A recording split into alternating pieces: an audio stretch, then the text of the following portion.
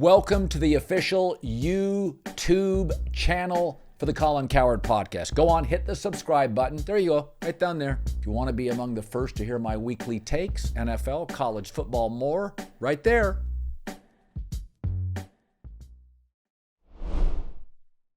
All right, Nick Wright's about to stop by. Every couple of weeks he comes on, chop it up for about an hour. And before you do that, listen to Nick Wright. And before he does that, grab your phone and download the Game Time app. You know the drill. It takes about 90 seconds. Authorized ticket marketplace of pro basketball, which makes getting playoff tickets even easier. You can get them last second, which is great because sometimes I've done this. I make my mind up late in the afternoon that I want to go to a basketball game. I call a buddy. He can go. Let's do it. Got zone deals with the Game Time app. Zone deals, pick the section, Game Time picks the seats for big time savings. Now, when you go to the Game Time app, you download it, takes 90 seconds. Put in the code Colin, C-O-L-I-N. You get $20 off, right? Create an account, the redeem code C-O-L-I-N. First purchase, $20 off. Again, the Game Time app takes the guesswork out of buying professional basketball tickets. You don't want to go there without the tickets, right? Download Game Time today. Last minute deals, lowest prices guaranteed. Code COLIN, $20 off first purchase. All right, we do this every couple of weeks on the Colin Cowherd podcast. We bring in my buddy Nick Wright. We chop it up on a variety of topics. Hard to top last week. We were bringing it. But I might as well start with a very serious topic, which is near and dear. How do you feel about this, that this is what you're going to be known for? Honest to God, how do you feel about it? I mean, it's now gotten to, LeBron, and shout out to, well, I'll let you set it up. It's your podcast. You set it up, but go ahead. Well, LeBron reacted to it and JJ Redick reacted to it. So this started years ago. I think it was Tony Romo. I was at the other place, ESPN.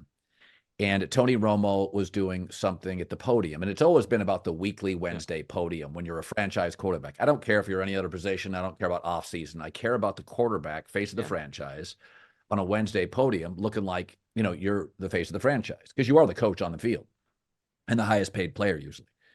And so I said something about it. And Steve Spurrier was the college coach at South Carolina. And in his weekly media session, he literally said in his Southern voice, I was listening to a radio host, Colin Cowherd, say something the other day, and I really agreed with him. And, he went on about it. He said, I kind of liked it, and I kind of agreed with it. And so I thought, see, I'm not that crazy. That's not a bad idea. So, and I did it a couple more times. Now it's gotten a life of its own. And I think most people now, well, I shouldn't say that. I think a big chunk of people sort of get I'm being theatrical and my outrage is somewhat manufactured. But it comes from a real opinion. It is you have the further along it's gone, the more I don't want to say ridiculous, but it's become a thing, which I'm totally here for. But we've talked about this once before.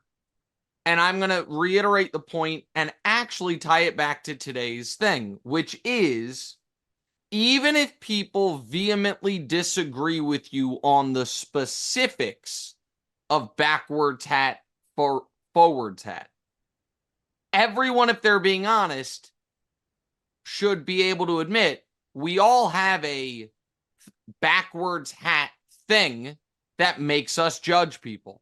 Like so it can be as simple as, that person who I thought was like a big time, power broker. He doesn't match his belt to his shoes. Like, he's not as sophisticated as I thought. Or again, I'm just making that up. So here's what I found so funny about today. I don't really give a shit that JJ Redick was wearing a backwards hat at all. You know what happened today, though, that gave me another piece of evidence that said I would not hire JJ Redick right now to be the head coach of the Los Angeles Lakers? That he responded to the clip. That, to me, was far more damning than his hat. It's like, buddy, you can't. 3 days ago, I saw you on the internet arguing with a San Francisco radio producer. Now you're watching clips of Cowherd talking about you, LOLing it.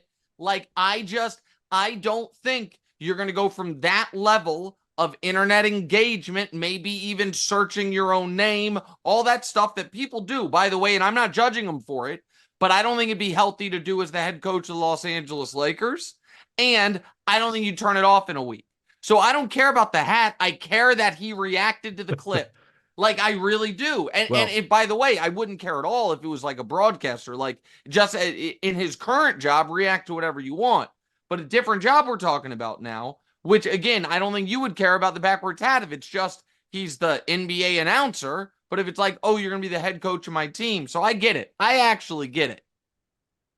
Well, I mean, if you don't think appearance matters, your daughter's on the emergency table in a hospital, and a surgeon came in a suit, and they put his white or blue robe over it, or a backwards hat. What would you prefer? Or your pilot on a plane came in, or he had his hat backwards. Which would you prefer at a turbulent night? And I also think, LeBron responded with 2 pictures, and I wasn't sure who the first guy was, because the second guy's Jason Kidd. And it's like, oh, he's done a great job. And it's like, yeah, but Jason Kidd also, and JJ has this going for him as well. Like, former athlete. Former athlete turned coach is a little different, which is where I think JJ probably has more of a, margin for error here. But the other guy was like, who is that? And then we figured it out. It's the guy who owns the Jazz. Well, at some point, you succeed out of now all of a sudden you never have to wear a suit. Like, I don't know if you watched the show Billions, but I know it's fictional, but the main character, Bobby Axelrod, who was the billionaire, he'd go to work. Yeah. Pardon me. Everyone's wearing a suit. He's wearing a Metallica t-shirt because it's like, I own the place. I kind of can. Like, yes, there is that element to it, but I love it. I think it is it is so funny that 4 times a year, I'm like, oh, well, half of Colin's show is taken care of for no reason. And because there's always new people in the ecosystem, there are people who this is their first experience with you and backwards hat. That's right. And so they don't get any of, again, that not that it's a joke, but that this has been a 20-year thing. And those people replying are the best. They're like, this guy, it is the best. And you don't have to explain the joke. Just let them go. It's the best. Yeah, it's, as you know, I love football. I try never to take myself seriously. I think I laugh at myself all the time, but I do take my job seriously. But it is something now that's, it's got a life of its own. It didn't bother me that JJ Redick responded because JJ wasn't outraged by it. He was laughing at it. And Steve Kerr, before he became big, was a hilariously funny, whip smart analyst. And, a couple years later or a year later, he transitions from being kind of funny with Mike Breen to being a GM, the most serious job in the world. So I think JJ's a really bright guy, and it doesn't bother me that people respond. But I do like, I think if JJ walked up to me in a story, he'd be like, and I'd say the same thing. I'd be like, oh, I think you're really bright. I really like your work. And I think he'd probably laugh too. And this, to me, I think about this all the time, is that my bones or I think a little bit in like breaking an occasional story, although I know what I am now. I'm a generalist.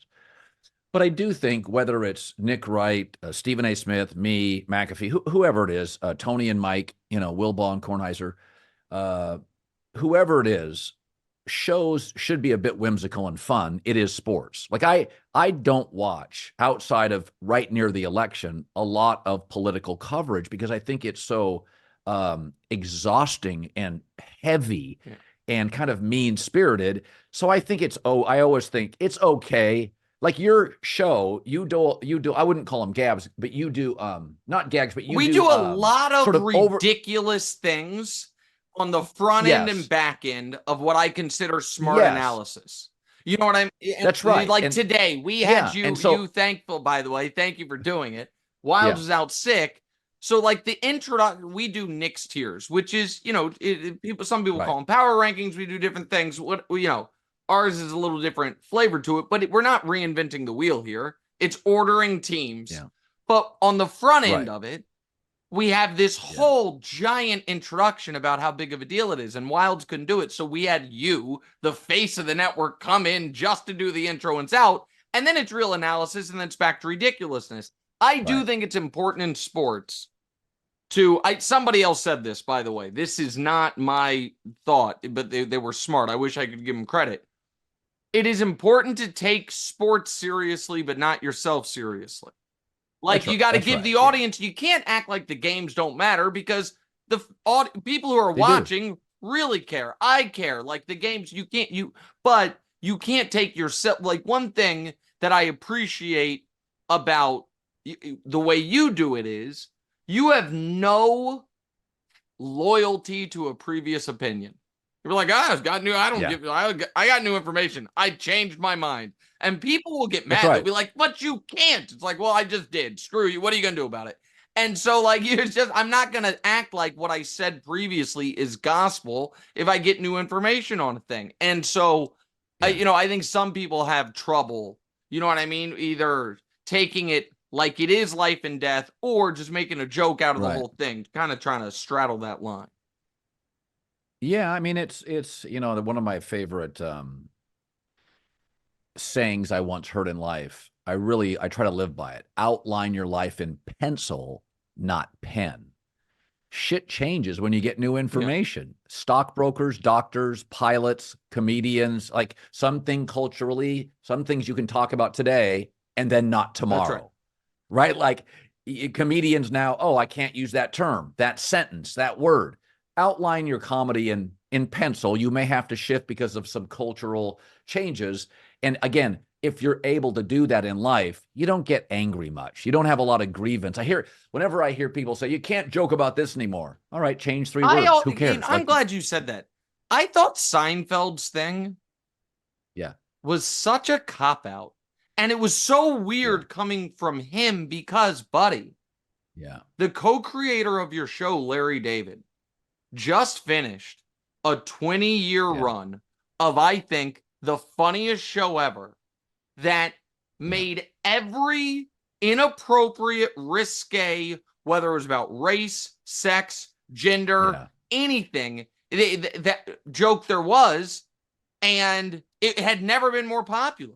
You know what I mean? The idea that that all of a sudden, oh man, you can't make good content because the woke mob is going to cancel you. It's just not true. And I think it's well, how about Veep? Veep is a great example.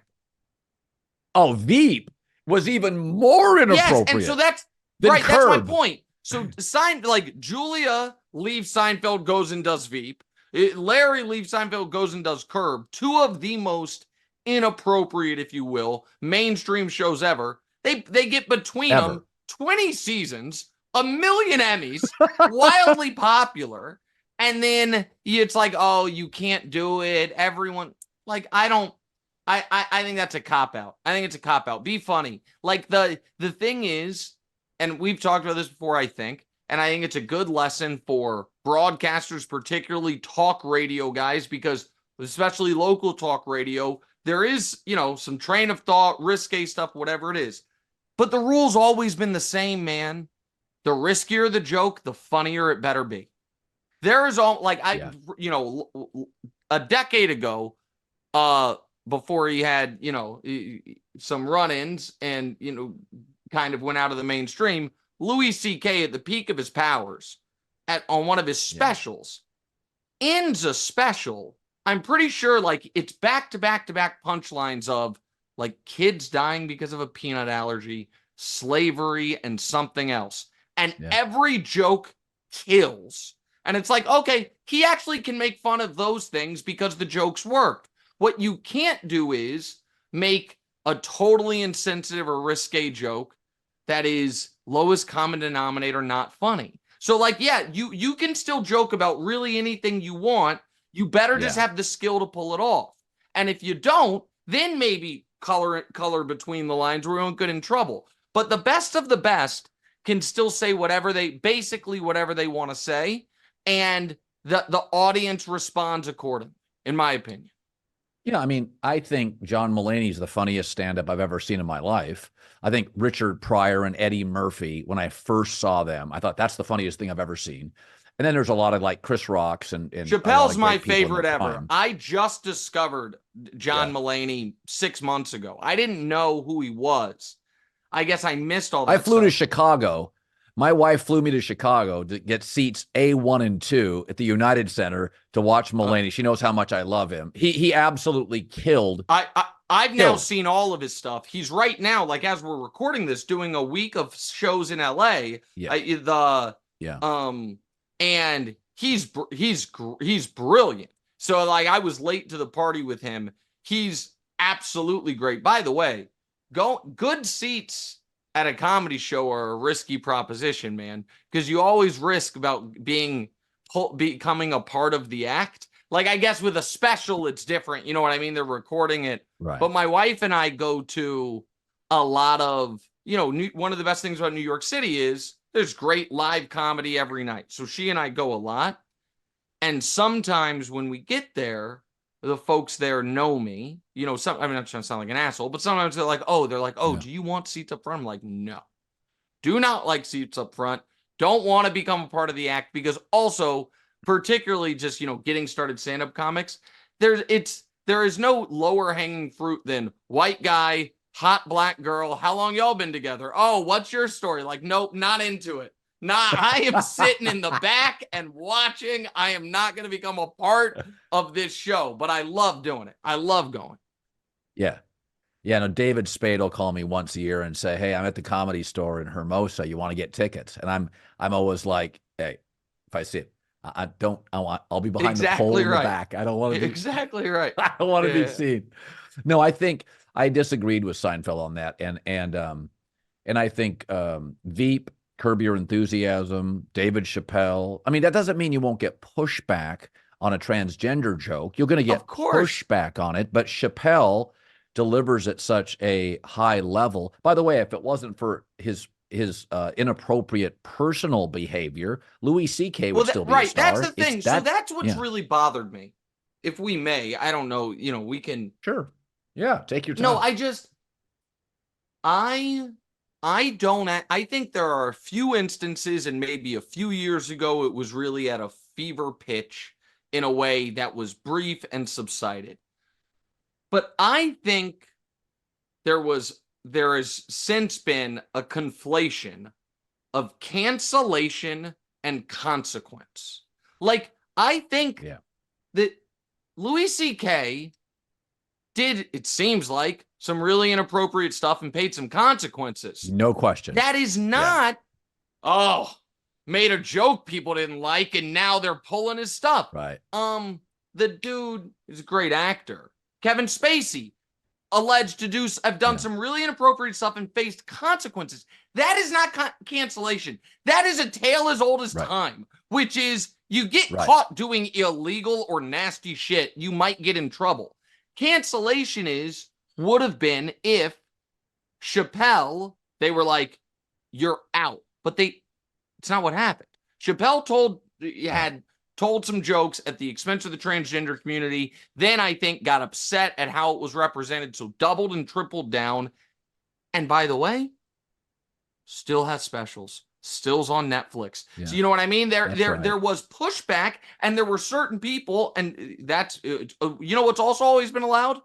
I don't like you anymore because of something you said. I'm not watching you. And in fact, I'm going to tell my friends not to watch you. That's also not being canceled. That is just how human beings work. I saw this play. It sucked. That's not canceling the play. That's saying you didn't like it. And so I'm not going to act as if there wasn't a fever pitch at one point in time. Like, I get this person out, get that person out. But that was brief and subsided. But there should be consequences for bad behavior. And so I think that there was a overstatement of how many people get canceled for this, that, or the third. Like, I didn't actually see that in my lived experiences. Well, yeah. And I think artists realize, actors, musicians, comedians. I think if you're not stepping in it occasionally or missing, then you're not expanding your art. Like I'm not an artist, but I do think I go with a blank page for 3 hours, 60 hours a month live, unscripted. Correct. And if I step into it twice a year, okay. Like it's exactly how I think, yeah, like my takeaway has always been, I mean, I just think about this. So I just tried to watch the Seinfeld movie, liked about the first 15 minutes. You had all these really smart Pop-Tart or whatever comedians. Okay. Yeah. So like Gaffigan and Seinfeld and Sebastian Maniscalco. Yep. That's it. Yeah. And just really, really talented people. They had a year to work on this. It was not good. So I'm not going to lose sleep if I have a bad second. Right. And they had 60 people writing for the movie, right? So my take, and Will Ferrell, who's brilliant, Anchorman, Elf, has had bomb after bomb. It doesn't matter. So my takeaway is if you are a comedian, a writer, an artist, if you don't have a bad concert, if you're not expanding your art, a comedian, Richard Pryor, probably had horrible shows and was mean-spirited. That's why he's viewed as the most brilliant comedian ever. So I think that's what worries me when you have an avalanche and artists. And I think there was a really small window in that. No, I think there was. I'm not going to act like it didn't exist. And I do think there was a thirst. I think there all of a sudden was a time where folks who had felt like they never had real power all of a sudden had it and seemed to be like out for scalps. Like, what, you know what I mean? And retro, like Chappelle did a whole thing where he's like talking about the audience, like trying to go back in his archives to find something he said. And no, so I'm not going to act like it never happened, but that not only did it subside, I think now it's swung in the other direction where any type of like, it's common courtesy. Like, maybe you don't use that word. They're like, you woke pussy. Like, what? It's like, okay, like, I don't know, man. Like, it just seems like it's just polite. Like, I'm not. And so I don't think we were the time of where, you know, you say the wrong word accidentally. And it's like, well, you lost your job. And I think a good example of it is a guy I've known for a long time, not well, but I've known him. I'm sure you know him too. Greg Doyle, who had the writer for at least know of him, had the unfortunate and awkward moment at the Caitlin Clark press conference. And did he have consequences? Yeah, it turns out he's been suspended 2 weeks. Do those feel a little harsh to me? Sure. But did he lose his job? Did he, you know what I mean? And to me, that was honestly less about like a PC thing and more about the newspaper wanting to make sure it maintains its relationship with the team that is now the hot team in town because they got Caitlin Clark and showing they take it seriously. Like, I just think I don't go on the air worried like, oh boy, if I say the wrong thing here, it's going to be, you know, they're going to be at the gates demanding that I'm run out of media. Like, I just, and I'm live like you, I'm live every day. Yeah. Let me throw something at you with Caitlin Clark. It's not really a pet peeve, but it's something the media does with regularity, is that they protect people who don't need protecting.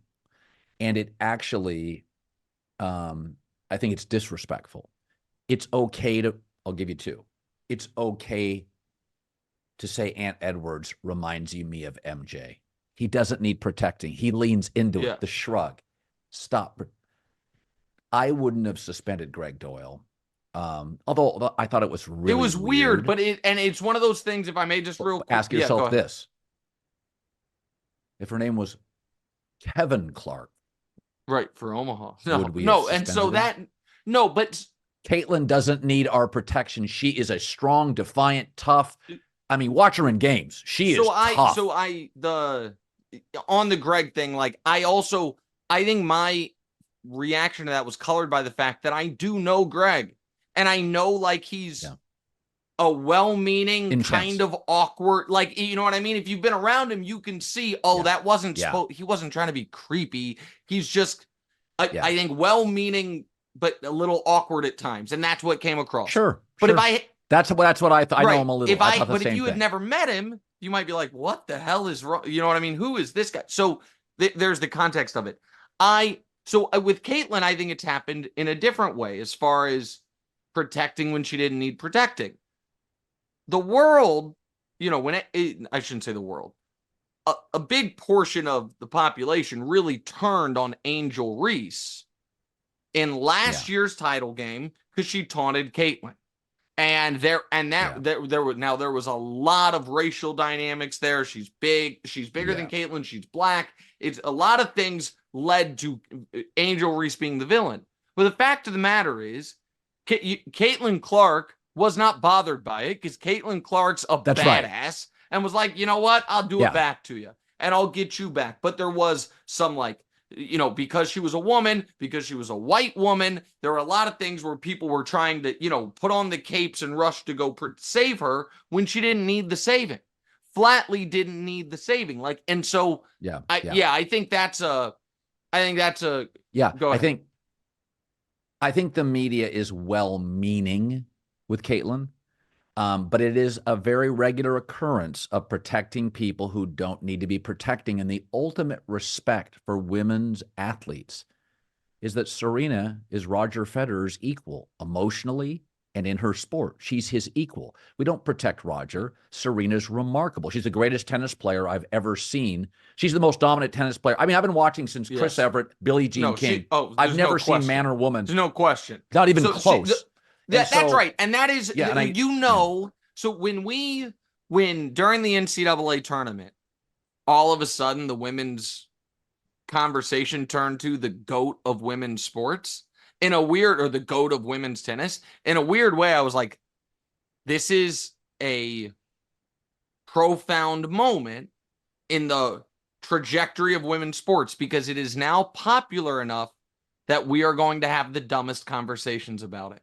You know what I mean? Like the who's the GOAT of this is the dumbest, but it is also gets people riled up. People have opinions.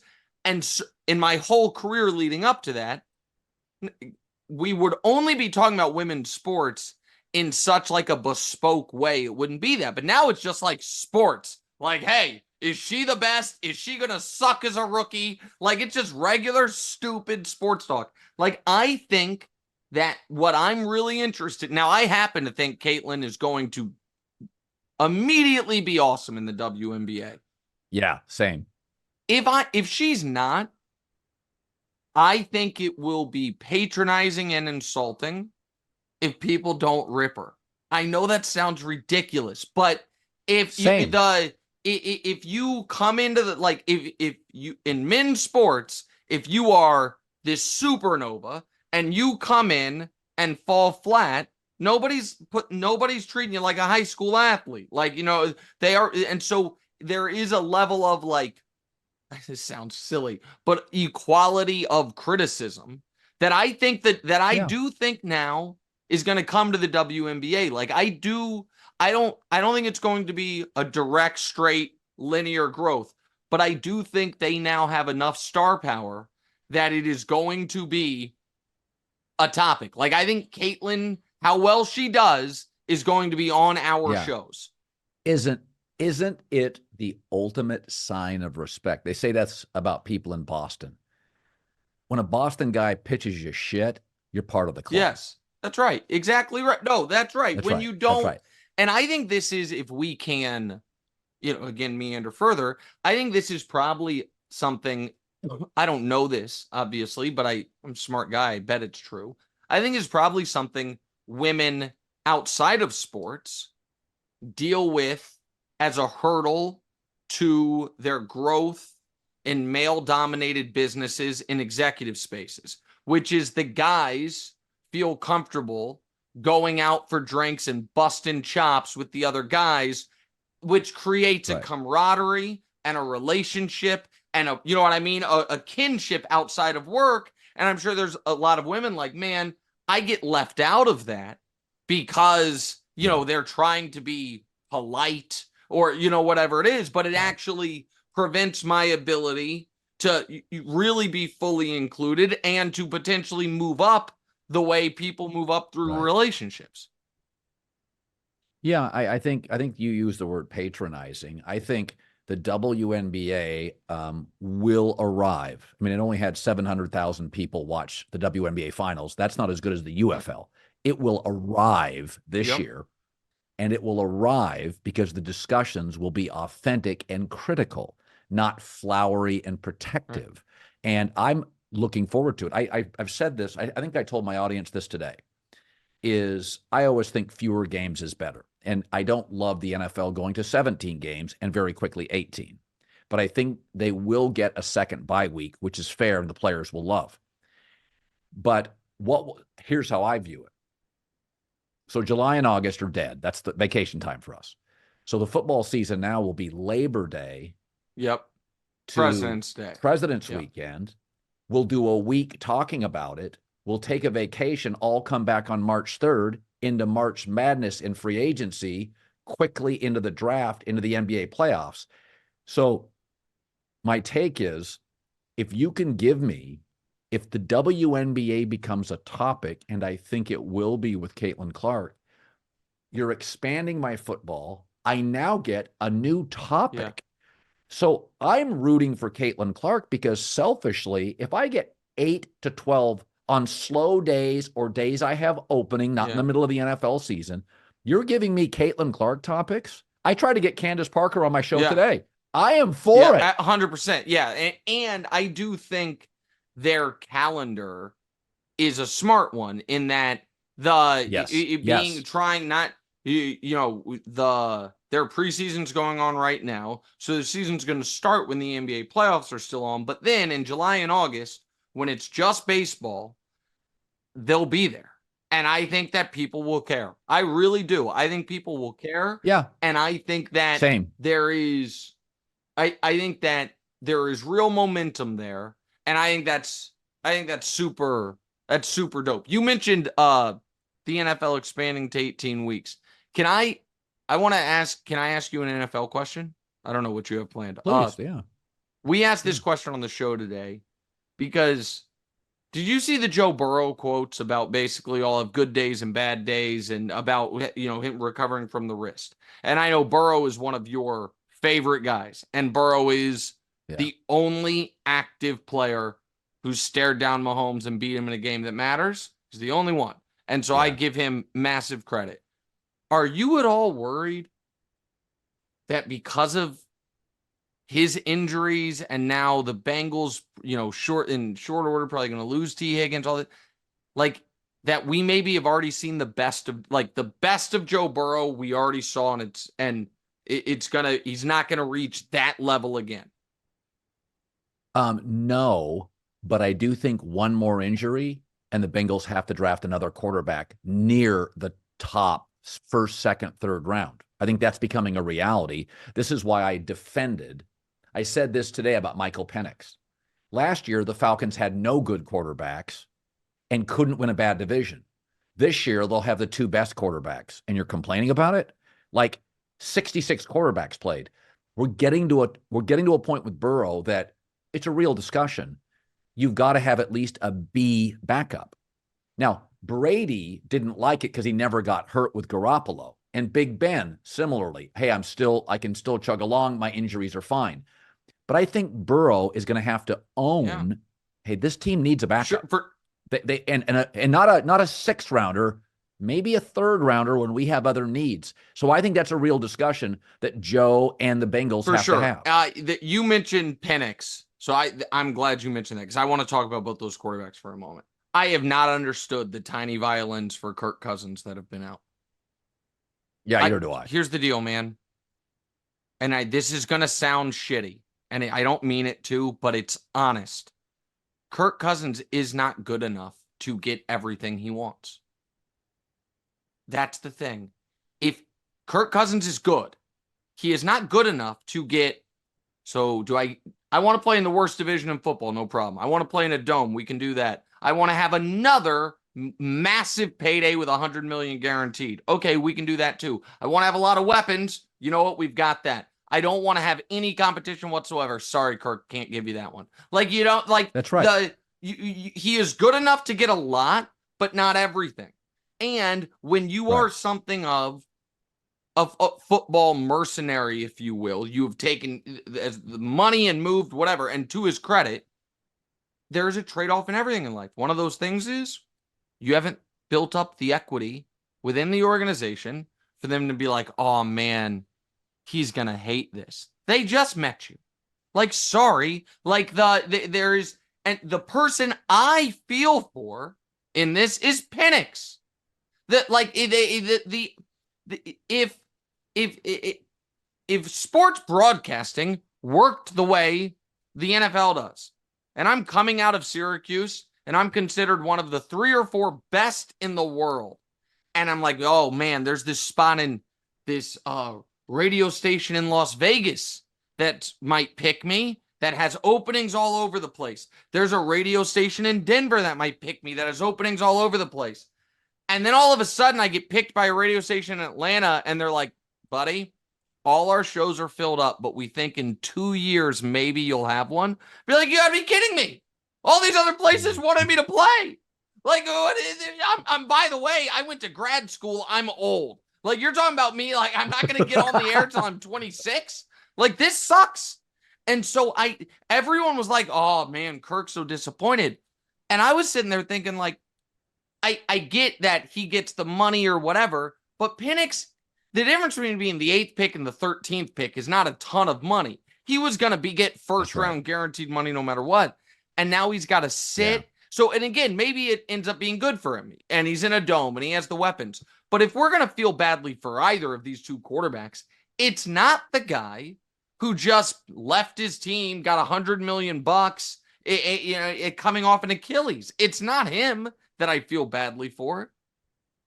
Yeah, I mean, I would say Kirk Cousins, and there's people like this in every industry, has monetized his position to the highest possible level. Brady took pay cuts. Tim Duncan took pay cuts. Yeah. In the history of football, Kirk Cousins has monetized his talent to the greatest level and deserves great respect for that. But to your point, there's a trade-off. Tom Brady can say, Bruce Arians, go upstairs. Yeah, Kirk Cousins isn't going to say that to a coach. That's the thing is the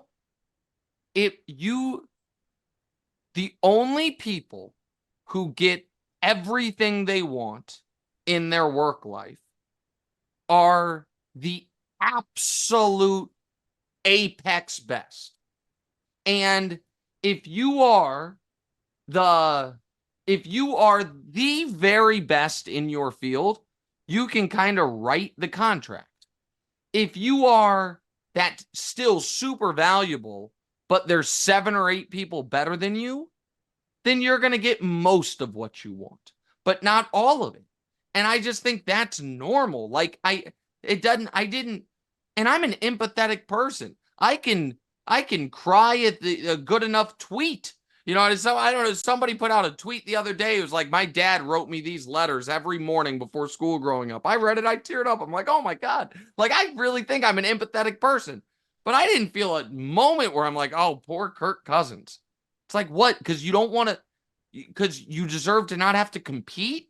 And you're not even really competing. Like, it's your job. You're really going to have to screw up to not have it be your job. I don't get it. I just don't get it. The NBA playoffs are heating up. Man, they have been so good. I know it's over, but Lakers Nuggets may have been a 5-game series. It was great. Knicks, Sixers, amazing. Why don't you sign up for the DraftKings Sportsbook app? It takes 90 seconds. The official sports betting partner of the NBA. If you're in DraftKings, once you sign up, you got to check this out. New customers bet $5 to get $150 in bonus bets instantly. Great proposition, right? $5, you get $150. Download the DraftKings Sportsbook app. The code's Colin, C-O-L. Okay, I have an interesting topic I'm going to throw at you. So I'm divorced, and my ex-wife and I have a fine relationship. We don't talk much anymore, but it was always very cordial. respectful. So I totally get that it's a roast. I totally get it. But I do hear the Giselle jokes, and I think to myself, that's a little rough for me. Like I thought about I couldn't this. believe he signed up for it. I thought if somebody wanted to roast me, the first thing I would think about is I got to protect my kids, right? That's the first thing that's almost the first thing I think about always, is how is this going to land for my kids? And when I listened to the jokes, I thought a lot of it was hilarious, but I think I would have said, hey, I don't want you going after my kids. Right, but that's so here's the thing. But it's a roast. So I don't watch, I'm sure there's a word for it. I don't watch roasts because there's a level of like that secondhand embarrassment thing is like something I really don't deal with well. Like there are certain times, like that we were talking about Curb earlier. There would be certain moments in Curb where like I literally like I turn away. Like I'm like, oh, I feel so, even though it's make believe and it's someone else, something internally I feel uncomfortable with. So a roast where, and it's not that I don't watch roasts because I'm offended by the jokes. It's because there are certain things where I feel so badly for the person involved that it makes me feel uncomfortable. It's why I was shocked it existed. I just was shocked. Like, I get why comedians do it to comedians, and I get why fringe, I don't want to be rude, I get why Pete Rose would sign up for one. Like, you know what I mean? I'm in the spotlight. It's a check. You know what I mean? Like, I get those things. I was shocked that Tom signed up for it because it just feels like there's so many landmines and so much, like you were saying, I thought, there were a lot of people, it seems like, and I'm not really an expert to talk about this because, again, like I've seen some clips, but I didn't watch it because I just don't enjoy that. But it seems like there were a lot of people that were not there that feel like that was not fun for me or my family. You know what I mean? All of it. And so I also was kind of shocked. I was like, did Tom admit to Deflategate in this thing? Was that like what? I didn't understand a lot of it. But listen, I mean, what didn't surprise me from the coverage of it was that Belichick came off great. What didn't surprise me is that people said, you know what I mean, that he came off great and did a great job. That checks out to me. Yeah, and I'm not blaming anybody for the Giselle jokes.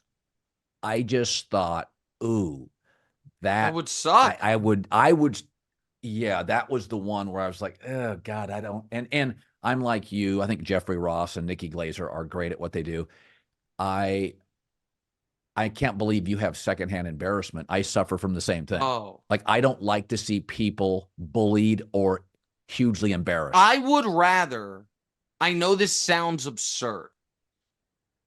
I take the subway every day in New York. From when I pick up my daughter from school, I take the subway home. And the subway platform, you go downstairs, busy platform. As insane as this sounds, I would rather slip and fall on the subway stairs than have the person in front of me slip and fall on the subway stairs. Because like when I don't really care. Like I don't, like I'm not embarrassed easily for myself. Like, it's okay. Like people saw me fall. I don't care. But for some reason, the thing of like, oh, that person now thinks I was looking at them. They are embarrassed. I really, really, it makes me feel super uncomfortable, the secondhand embarrassment thing. And so it's just, so I just don't enjoy. I appreciate now I will tell you this. This is an unbelievable anecdote that I'm about to give you. So Jamal Charles, who's going to end up being one of the greatest running backs ever to not make the Hall of Fame, She got totally screwed by the Chiefs while he was there. Just an all-time player. He's from Port Arthur, Texas, and was my favorite player when I was covering the Chiefs in the early 2010s. And I was really associated with him because basically every time the Chiefs lost, I'd be like, I don't know about you guys. I would have given the ball to Jamal Charles more. Brody Croyle's the quarterback. Hand it off to the guy who's getting 7 yards of carry, you idiots. So when I was in Houston after Kansas City, Jamal was being inducted to the Port Arthur Sports Hall of Fame. And they said, hey, Nick, will you host it? Will you be the host of the event? I'm like, yeah, of course. I'd be honored. This is great. And the guy who put it on, he's like, it's a roast. I'm like, it's a roast? They're like, yes, it's a roast. But again, even though I said I don't watch them, I'm like, okay, there's no comedians here, but Andy Reid is there. Earl Thomas from Texas is there. So his teammates are there, whatever it is. And they're like, yes, it's a roast. I'm like, okay. So I'll, write 8 minutes of jokes. This is unbelievable. I don't think I've ever told this story publicly. There's a video somewhere. So I get up there and I am, I think, telling great jokes. Like one of them was, God damn, man. I'm telling you this, do not isolate this and put this on social media. I turned to Andy Reid and I said something about how, I'm not going to tell the exact joke, but how his clock management style reminded me of my sex life in college. There was a joke there. People can figure it out. It was a good joke. He didn't like it. I said something about Earl Thomas and the Legion of Boom, whatever it is. And nobody's really laughing that much, but these are good jokes. And then every other person that came up there did not get the memo this was a roast. They got the memo that this was a toast. And no one told any jokes, and everyone just talked about it. So great. Jamal Charles was. So I just look like the biggest asshole in the world. I'm starting to think I'm just killing everybody. Then everyone's like, here's how Jamal's changed my life. No jokes, nothing. I'm like, you've got to be kidding me. You have got to be kidding me. And the guy who did it, the guy who set it up, I'm like, I didn't misread the email. He's like, no, man. He's like, I'm sorry. Like, I told everyone it was a roast, but whatever, they didn't go with it. So I just looked like the worst guy ever. Like Andy, I think, was legitimately mad because Andy and I are really cool now. But Andy, when I then introduced him after the joke, he came over, and maybe it's just how he shakes hands, and he is a big guy, but it was not like a firm handshake. It was like, I'm going to hurt your hand with this handshake, you smart ass kid. You're making fun of my clock management. So maybe that's why I don't like roasts. Because one of the most embarrassing nights of my life was me thinking I was at a roast and it was actually a toast and I just looked like a bad guy. That is an all-time story. You can include that. I know I said don't put it on social media. You can do whatever you want. Just maybe try to clip out the sex life in college thing. I have an image to uphold. But go ahead. But yeah, that is a real story. That's a true story. So we'll end on this. So Austin Rivers came out and said, I could pick 30 NBA players and play in the NFL. JJ Watt fired back. And I said today, there are sports, and the NBA is included in this, tennis, golf, baseball, basketball. There is a skill level that erodes very quickly if you don't stay on it. If you don't hit a baseball for 2 months, you're cooked. Basketball, when I was playing high school basketball into college every day, if I took a week off, my ball handling wasn't quite as good. And NFL is the one sport where you don't have to play college and you can be a Hall of Famer, Antonio Gates. It's not a repetitive sport. In some instances, mechanics for quarterback, yes. Kicking, yes. But a lot of it is strength, brutality, instincts, physicality, raw athleticism. More than any other sport, football, which is why so many of us play high school football and so many people participate. You can be big. You don't have to be fast. You can be a guard. You can only be able to kick. Yeah. You can be a punter, right? Like there's a bunch of different stuff. That said, I don't think basketball players have any idea how much getting tackled hurts. So if you ever go to the sideline of an NFL game and watch Christian McCaffrey get hit, you cannot believe he can get up. You cannot believe he's not severely injured. It is a car wreck on every tackle. So you should watch. You obviously know these guys. Howie Long's kids. Chris and Jake Long. So they have a podcast called Greenlight. And you by the way, you own a podcast business or an audio business. I think they are great. I think he tweeted, he said, emergency rant coming on Austin Rivers. And Colin, when I tell you this is some of my favorite 10 minutes of media in the last month, you have to listen to it, because his entire take is that not that guys couldn't do it, but because they're not good enough at football. But and I'm going to not do it justice. He's like, oh, okay, Austin Rivers, you think you guys can come play football? Well, here's the deal. We got 53 guys on the team. There's 3 massage therapists. Oh, your body hurts? Well, the masseuse is available at 4:00. Why don't you get a lift in and shut up? You're used to that in the NBA? He's like, oh, in the NBA, your coaches, how do they talk to you? Because my coaches MF me and then tell me to go lay in a queen-size bed at training camp with another guy in my room. He's like, he does a whole thing. He's like, what's your flights like? Because for 40 of us, we're in the coach seats on a plane. When's the last time his whole take was not you wouldn't be good enough, but that our lives are just different. Our coaches coach us. Our practices are hard. He was like, what happens in the NBA when somebody gets hurt? Do they cancel shoot around? Because in the NFL, they move the drill. They just move. They're like, guys getting carted off. It is a great rant. With that said, I came up with 8 guys. I want to know. I didn't know you were going to talk about this. I came up with 8 guys and their position. I guess it's 7 guys. All right. So Anthony Edwards could play running back or safety. I am certain of it. I am certain Anthony Edwards could do it. Young LeBron would be the greatest tight end in NFL history. I know it's true.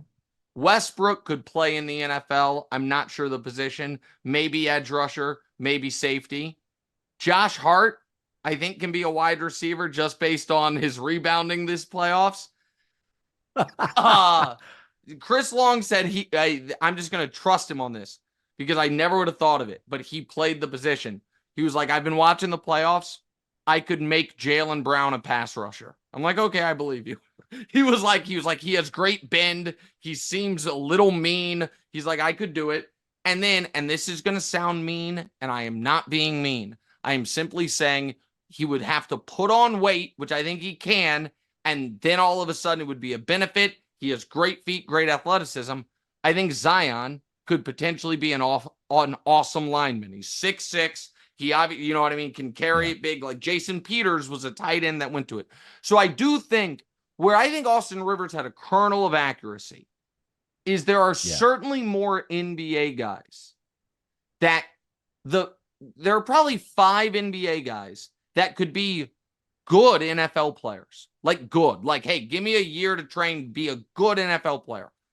And I don't know that there's any NFL guys that could be really good NBA players because, like you said, your skill has atrophied. And if you're not over 6'6", it's all about skill. Yeah. You know what I mean? And there's nobody that's 6'10" in the NFL to begin with.